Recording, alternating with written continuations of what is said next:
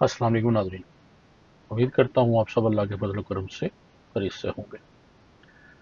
بال جبریل سے علامہ صاحب کی ایک اور خوبصورت نظم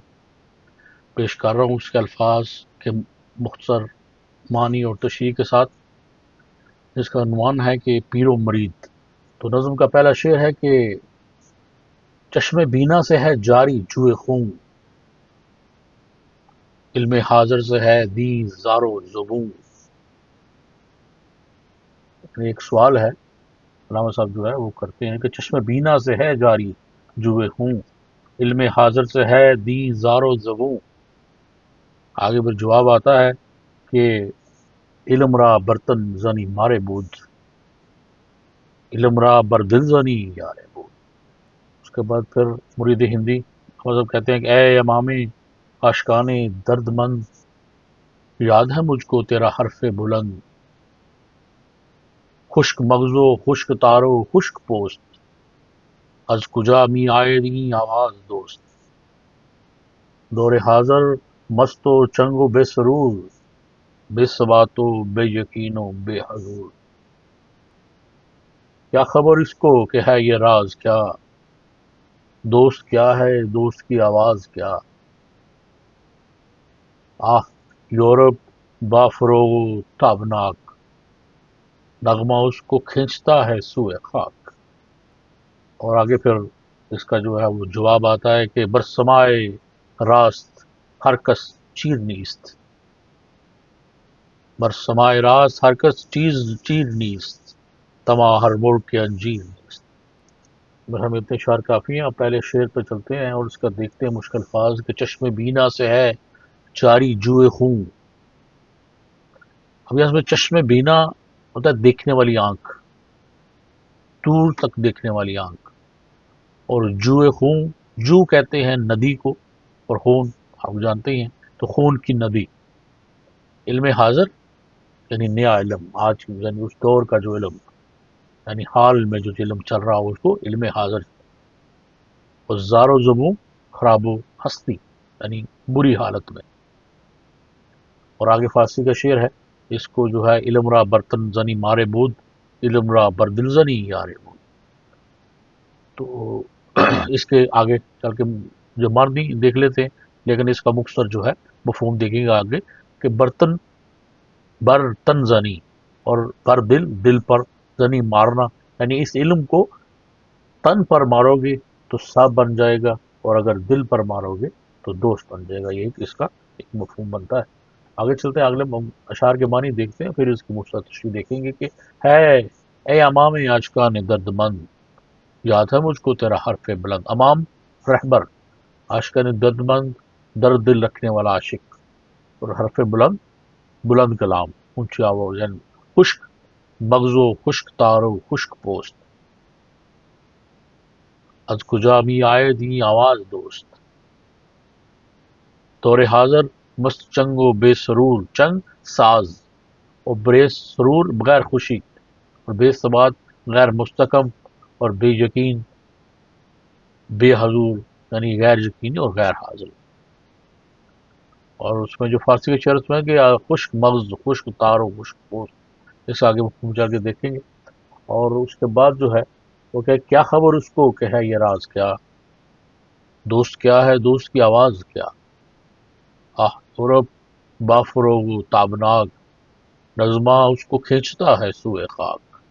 با فروغ و تابناک یعنی ترقی یافتہ، اور اس میں یعنی روشن خیال، نغمہ گانا، سوئے خاک مٹی کی طرف، برسما راست یعنی فارسی کا جو شعر ہر چیز نیز صحیح سماعت پر، نیز تو مطلب نہیں، اور تمام کھانا مرغ جو مرغا جو ہوتا ہے اسی کا ہے، اور انجیر انجیر کے لیے ہے۔ تو یہ چند اشعار آج کے لیے، اور ہم اس کی دیکھتے ہیں اب ان کی جو مختصر تشریح جو ہے وہ کیا کہنا چاہ رہے ہیں کہ یہ کافی لمبی ایک نظم ہے جو دو کرداروں پر مشتمل ہے، اور یہ فکری سطح پر بڑی اہم ایک نظم ہے۔ اس میں علامہ صاحب نے مولانا روم اور مرید ہندی یعنی خود اقبال کے مابین ایک مکالمہ پیش کیا ہے، اور مکالمے کا آغاز مرید ہندی کے استفسارات سے ہوتا ہے۔ اقبال نے ساتھ ہی مثنوی مولانا روم کے بعض اشعار کی تشریح بھی کر دی ہے۔ حقیقت حال کو پکنے والی آنکھ سے آنسو کی جگہ خون جاری ہے، اس لیے کہ عہد حاضر کی تہذیب اور علوم نے یعنی چشم بینا سے ہے جاری جوئے خون، یعنی حقیقت حال کو پرکھنے والی چشم بینا جو آنکھ ہے،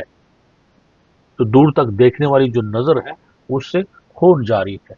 اس لیے کہ علم حاضر ہے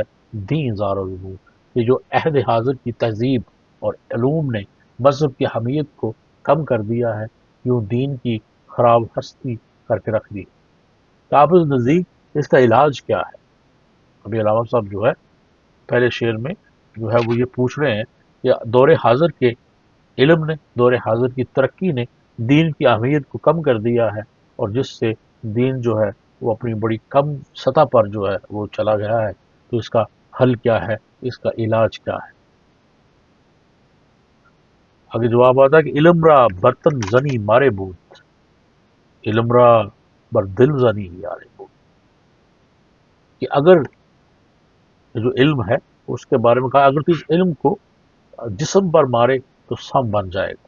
یعنی اگر سطحی رہے گا، اوپر اوپر جسم تک رہے گا تو یہ سام کی صورت اختیار کر لے گا، اور اگر اس علم کو تو دل پر مارے گا، یعنی دل کے اندر بٹھا لے گا، تو پھر یہ تمہارا دوست بن جائے گا۔ مراد یہ ہے کہ علم اگر ظاہری آرائش و آزائش کے لیے استعمال ہوگا تو عملاً غیر مفید و نقصان دہ ثابت ہوگا۔ اس کے برعکس اگر علم کا مقصد باطن کی راستی ہو، خواہ وہ مغربی علم ہی کیوں نہ ہو، عالم انسانیت کے لیے باعث رحمت ہوگا۔ مغربی علوم کو دراصل منفی انداز میں استعمال کیا جا رہا ہے، اس لیے وہ دینی نقطہ نگاہ سے خرابی کا سبب بن گئے۔ اور آگے پھر علامہ صاحب کہتے ہیں کہ اے امام عاشقان درد مند، یاد ہے مجھ کو تیرا حرف بلند، اے درد مند عشاق کے امام، مجھے آپ کا یہ قول بلند مرتبہ پوری طرح ازبر ہے، پوری طرح یاد ہے، کہ خوش مغز، خشک تار و خشک پوست، از کجا می آئے می آواز دوست۔ مطلب یہ کہ ساز کا مغز خشک ہوتا ہے، خشک مغز، اور اس کا تار ڈھانچہ یہ سب خشک ہوتے ہیں، خشک تار اور خشک پوست۔ یہ ساز جو ہوتا ہے اس کی ہر چیز جو ہے وہ سب کچھ خشک ہے،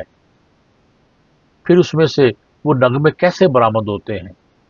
از کجا می آئے دی آواز دوست، کہ جو ہر چیز اس کی ساز کی ہر چیز، تار، اس کا ڈھانچہ، اس کا سب کچھ جو ہے وہ بالکل خشک ہے، تو پھر اس میں کیسے جو ہے وہ نغمے برآمد ہوتے ہیں جو محبوب حقیقی کی یاد کو تازہ کرتے ہیں؟ یعنی دور حاضر مست چنگ و بے سرور، بے ثبات و بے یقین و بے حضور، کہ دور حاضر جو چل رہا ہے وہ محض آواز پرست ہے، اس لیے اسے کیف و سرور کا ادراک نہیں، نہ یہ راہ حقیقی کا پرستار ہے، نہ ہی اس میں یقین کا کرشمہ نظر آتا ہے ثبات و بے یقین و بے حضور، اور نہ ہی اسے حضوری کا ذوق نصیب ہے۔ کیا خبر اس کو کہ ہے یہ راز کیا، دوست کیا ہے، دوست کی آواز کیا؟ اس صورت میں اسے کیا خبر ہے، اسے کچھ پتہ نہیں اس میں راز کیا ہے، کہ دوست کون ہے اور اس کی آواز جو ہے دوست کیا ہے، کہ دوست کیا ہے اس میں، اور دوست کی آواز جو ہے اس سے کیا مراد؟ آہ یورپ با فروغ و تابناک، نغمہ اس کو کھینچتا ہے سوئے خاک۔ ہر چند کہ اہل یورپ نے علم و فن میں کافی ترقی کر لی ہے،